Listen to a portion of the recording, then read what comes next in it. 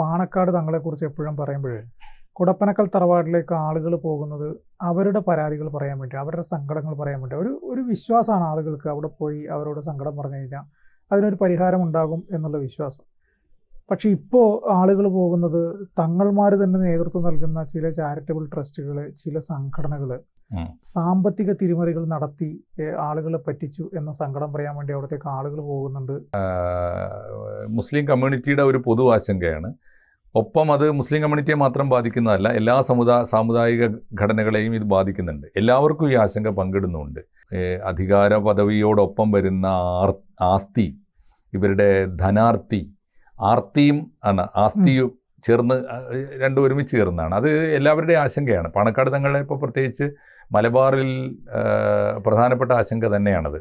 ഇപ്പോൾ പാണക്കാട് കുടുംബത്തിന് ഒരു അധാർമികത വരിക എന്ന് വെച്ചാൽ അവർ പണത്തോട് ആർത്തി കാണിക്കുന്നു എന്ന് തോന്നലുണ്ടാവുക, അവർ അഴിമതിക്കാരാണെന്നൊരു പേരുണ്ടാവുക, അവർ ഇത്തരം ധനകാര്യ സ്ഥാപനങ്ങളുടെ തലപ്പത്തിരുന്നു കൊണ്ട് അവരുടെ മറവിൽ നടക്കുന്ന കുറ്റകൃത്യങ്ങൾക്കൊക്കെ ഉത്തരവാദിയാവുക. ഇതുകൊണ്ടുണ്ടാകുന്ന ആദ്യത്തെ ദോഷം എന്താണെന്നറിയോ?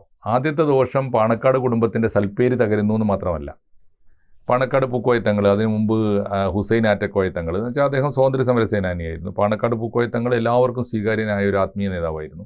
പിന്നീട് പാണക്കാട് ശിഹാബ് തങ്ങൾ രാഷ്ട്രീയത്തിലും അപ്പുറം സ്വീകാര്യത ഉണ്ടായിരുന്ന ബന്ധങ്ങൾ ഉണ്ടായിരുന്ന ഒരാളാണ്. പിന്നീട് ഹൈദരലി ശിഹാബ് തങ്ങളും മോശമില്ലാതെ പോയതാണ്. പക്ഷേ സാദിഖ് അലി തങ്ങളുടെ കാലമായപ്പോഴേക്ക് ഇത് സമ്പൂർണ്ണമായും വേറൊരു ദിശയിലേക്ക് പോവുകയാണ്. കൂടുതൽ വാർത്തകളും വിശേഷങ്ങളും നിങ്ങളിലേക്ക് എത്താൻ ABC മലയാളം സബ്സ്ക്രൈബ് ചെയ്യുക, ബെൽ ബട്ടണും അമർത്തുക.